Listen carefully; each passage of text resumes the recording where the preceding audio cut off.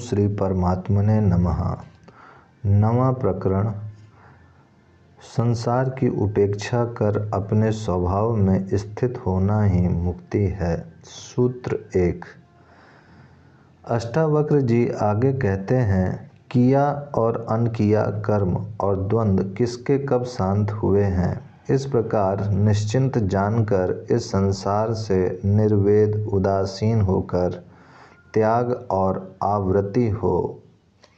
8वें प्रकरण में अष्टावक्र बंध और मोक्ष की व्याख्या करके इस प्रकरण में वे शांति का उपाय बताते हुए कहते हैं कि संसार के प्रति उदासीन होकर या उसकी उपेक्षा कर अपने स्वभाव आत्मा में स्थित हो जाने से ही शांति उपलब्ध होगी, अन्यथा नहीं। वे कहते हैं कि जो कर्म किए जा चुके हैं वे वासना एवं अहंकार से किए गए हैं, अतः उनका तो फल भोगना ही पड़ेगा। उनसे छूटने का कोई उपाय नहीं है। ये बिना भोगे शांत नहीं हो सकते, अतः ये तो बंधन है ही। किंतु जो कर्म अभी नहीं किए गए हैं वे भी बंधन हैं, क्योंकि उनके करने की वासना भीतर विद्यमान है, विचार भीतर विद्यमान हैं। मनुष्य कर्मों से अधिक अशांत नहीं है, किंतु वह विचारों से वासनाओं से अधिक अशांत है। कर्म की अपेक्षा विचारों का महत्व सर्वाधिक है, क्योंकि वे ही कर्म के कारण हैं। विचारों की तरंग उठते ही भीतर मलिनता प्रविष्ट हो जाती है। यही पाप हो गया, यही बंधन बन गया, उपद्रव शुरू हो गया। अपराध करना ही पाप नहीं है, अपराध के विचार आना ही पाप है, क्योंकि ये विचार ही मनुष्य को पापी बना देते हैं। इसी से मनुष्य सुख दुख का अनुभव करता है। संसार द्वंद्वात्मक है। यह सुख दुख, लाभ हानि, प्रेम घृणा, हिंसा अहिंसा, ग्रहण त्याग, राग विराग, जीवन मृत्यु आदि द्वंद्वों के आधार पर ही चलता है। संसार की गति ही द्वंद्वात्मक है। ये द्वंद्व एक ही सिक्के के दो पक्ष की भांति हैं, जिनमें एक का ग्रहण व दूसरे का त्याग किया ही नहीं जा सकता। या तो दोनों रहेंगे या दोनों नहीं रहेंगे। अष्टावक्र इसीलिए कहते हैं कि किए और अनकिए कर्म तथा द्वंद्व किसी के शांत नहीं हो सकते। ऐसा निश्चित जानकर इस संसार के प्रति उदासीन होकर त्याग परायण और आवृत्ति होना ही शांति प्राप्त करने का तरीका है। व्रत ले लेकर कसमें खा खाकर इनको छोड़ने के प्रयास से मनुष्य और अशांत होता है। जो है उसको भोगने में तो अशांति है ही, उनको छोड़ने की जिद से और नई अशांति पैदा हो जाती है। इन दोनों प्रकार की अशांति को दूर करने का एक ही उपाय है कि स्वाभाविक रूप से जो हो रहा है उसे स्वीकार करना एवं अनाग्रह पूर्वक जीवन जीना। सूत्र 2। हे तात, लोग की चेष्टा, व्यवहार, उत्पत्ति और विनाश को देखकर किसी भाग्यशाली की ही जीने की कामना, भोगने की वासना और ज्ञान की इच्छा शांत हुई है। आत्मा निर्दोष है, ज्ञानमय है, उत्पत्ति और विनाश से रहित है, शांत है, आनंदमय है। किंतु लोक चेष्टा इससे भिन्न है। लोक की उत्पत्ति है, विनाश है, वह द्वंद्वात्मक है। इसमें वासना है, कामना है, भोग है।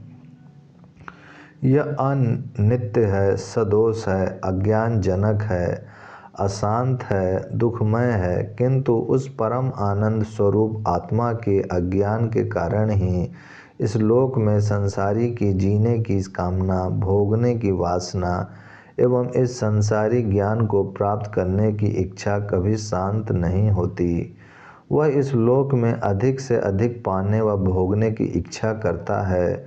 वह इसी में सभी सुख मानता है, किंतु जिसने आत्म तत्व का स्वाद चख लिया उसे ये संसारी भोग, वासनाएं, जीने की इच्छाएं, इसका ज्ञान सब अनित्य एवं क्षणिक तथा सदोष ज्ञात होने लगता है। इसलिए वह संसार के प्रति उदासीन हो जाता है। उसे संसार से वैराग्य हो जाता है। फिर वह क्षणिक फिर वह क्षणिक की इच्छा नहीं करता, क्योंकि उसे परमानंद का स्थायी नित्य निर्दोष सुख प्राप्त हो गया है। अष्टावक्र कहते हैं कि आत्मज्ञान के कारण ही संसारी की इस लोक में जीने की कामना है, भोगने की वासना एवं ज्ञान की इच्छा कभी शांत नहीं होती। हजारों में से कोई एक आध ही ऐसा भाग्यशाली होता है जिसे इस आत्म सुख की उपलब्धि होती है और उसी की ये सब सांसारिक वासनाएं शांत होती हैं, अन्य की नहीं। ऐसे व्यक्ति को ही संसार से वैराग्य होता है। केवल घर छोड़ देना व लंगोटी लगा लेना वैराग्य नहीं है। यदि यह वैराग्य होता तो ये नंगे भूखे व भिखारी सभी वैरागी कहलाने के अधिकारी होते। निश्चित ही आत्मज्ञानी ही वैराग्यवान है एवं वही जीवन मुक्त है। ओम शांति शांति शांति। ओम श्री परमात्मने नमः। नवा प्रकरण, संसार की उपेक्षा कर अपने स्वभाव में स्थित होना ही मुक्ति है। सूत्र 1। अष्टावक्र जी आगे कहते हैं, किया और अनकिया कर्म और द्वंद्व किसके कब शांत हुए हैं। इस प्रकार निश्चिंत जानकर इस संसार से निर्वेद उदासीन होकर त्याग और आवृत्ति हो।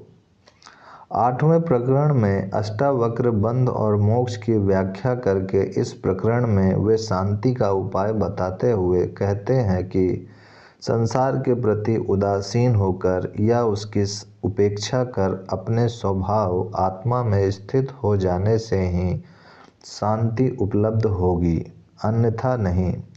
वे कहते हैं कि जो कर्म किए जा चुके हैं वे वासना एवं अहंकार से किए गए हैं, अतः उनका तो फल भोगना ही पड़ेगा। उनसे छूटने का कोई उपाय नहीं है। ये बिना भोगे शांत नहीं हो सकते, अतः ये तो बंधन है ही। किंतु जो कर्म अभी नहीं किए गए हैं वे भी बंधन हैं, क्योंकि उनके करने की वासना भीतर विद्यमान है, विचार भीतर विद्यमान हैं। मनुष्य कर्मों से अधिक अशांत नहीं है, किंतु वह विचारों से वासनाओं से अधिक अशांत है। कर्म की अपेक्षा विचारों का महत्व सर्वाधिक है, क्योंकि वे ही कर्म के कारण हैं। विचारों की तरंग उठते ही भीतर मलिनता प्रविष्ट हो जाती है। यही पाप हो गया, यही बंधन बन गया, उपद्रव शुरू हो गया। अपराध करना ही पाप नहीं है, अपराध के विचार आना ही पाप है, क्योंकि ये विचार ही मनुष्य को पापी बना देते हैं। इसी से मनुष्य सुख दुख का अनुभव करता है। संसार द्वंद्वात्मक है। यह सुख दुख, लाभ हानि, प्रेम घृणा, हिंसा अहिंसा, ग्रहण त्याग, राग विराग, जीवन मृत्यु आदि द्वंद्वों के आधार पर ही चलता है।